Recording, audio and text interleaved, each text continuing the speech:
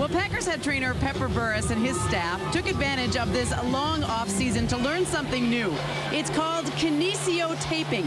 It's a different way of treating injured and sore muscles that uses the tension of the tape itself. Pepper gave us a demonstration.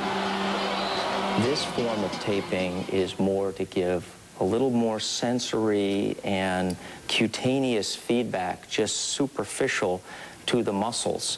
And to be a little simplistic, we're either turning on the muscle, trying to get the muscle to act and react and remember which way it's supposed to pull, or if a muscle is in spasm and a little overactive, we want to, so to speak, turn it off.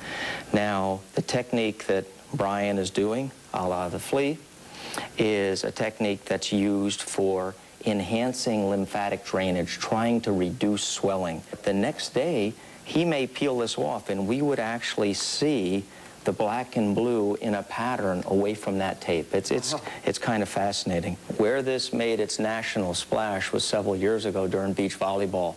If you remember, one of the female volleyball players had this on her shoulder. It virtually has insignificant structural support, but what this is doing is giving that tactile stimulation to the structures under the tape, letting our body act and react to the tape. Shoulder, it can be used on the low back. There's, I mean, on and on. It could be used on the neck, around. Anywhere, really? Pretty much anywhere there's a muscle. Jesse, one of the things that I've told people before is if you move your wrist and you say it moves freely, and you wrap your other hand around it and squeeze it, you can feel either the way it restricts your wrist or supports your wrist. And that's the ideal of something that's constrictive band or a supportive band, and that's the idea of how much tension you're pulling on tape. It's a tool in our toolbox, and I think our players appreciate it was something we did during the lockout.